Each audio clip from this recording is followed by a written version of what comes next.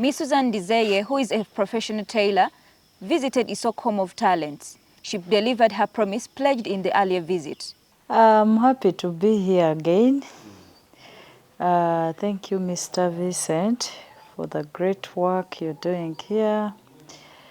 Today I have come back to deliver my promise, what I promised. I'm happy.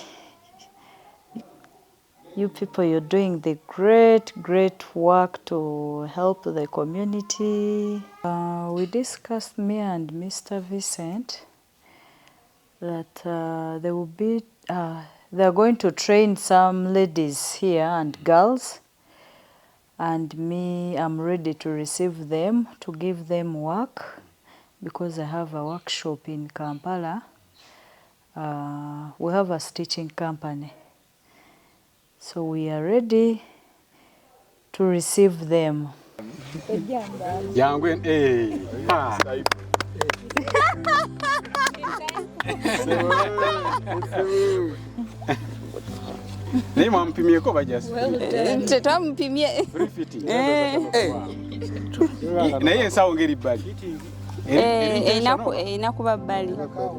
I'm so happy, so happy. Thank you, Madam SUZAN. We are so grateful. At least our work will be more easy now.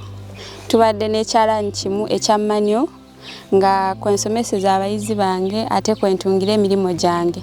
So dividing time has been so hard, but tubadde tukikwasaganya mpola mpola. Natandika kuyiga ekyalaani kino nga ndina ebiruubirirwa bingi.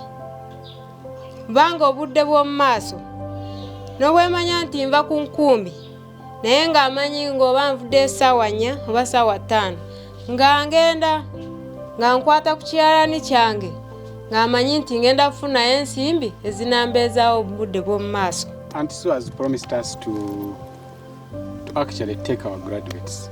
Really? The people that we train here, she can connect them to have some jobs.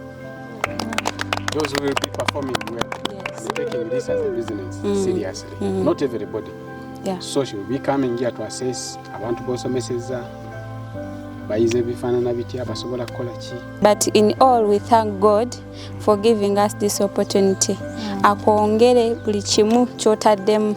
Let him fill your pockets with what you've removed.